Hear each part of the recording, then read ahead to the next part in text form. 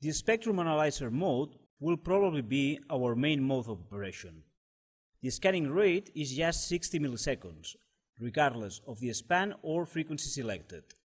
When we move the joystick up or down, we are accordingly changing the reference level in the vertical axis.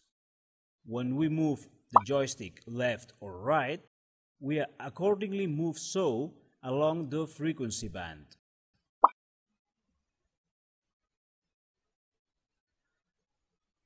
On the top right corner of the screen, we can see a green square. Every time I press the joystick, the validate button, the letters within the square will change from FR, meaning that we are changing the frequency when we're moving the joystick left or right, to SP, meaning that we are changing the span when moving the joystick left or right.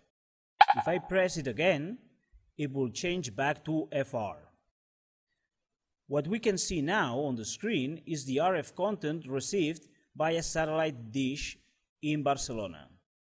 A very important feature of the HD Ranger meters is the Stealth ID, which means that the meter will automatically demodulate any TV RF channel just by placing the main marker on its central frequency. In the low center part of the screen center frequency is shown.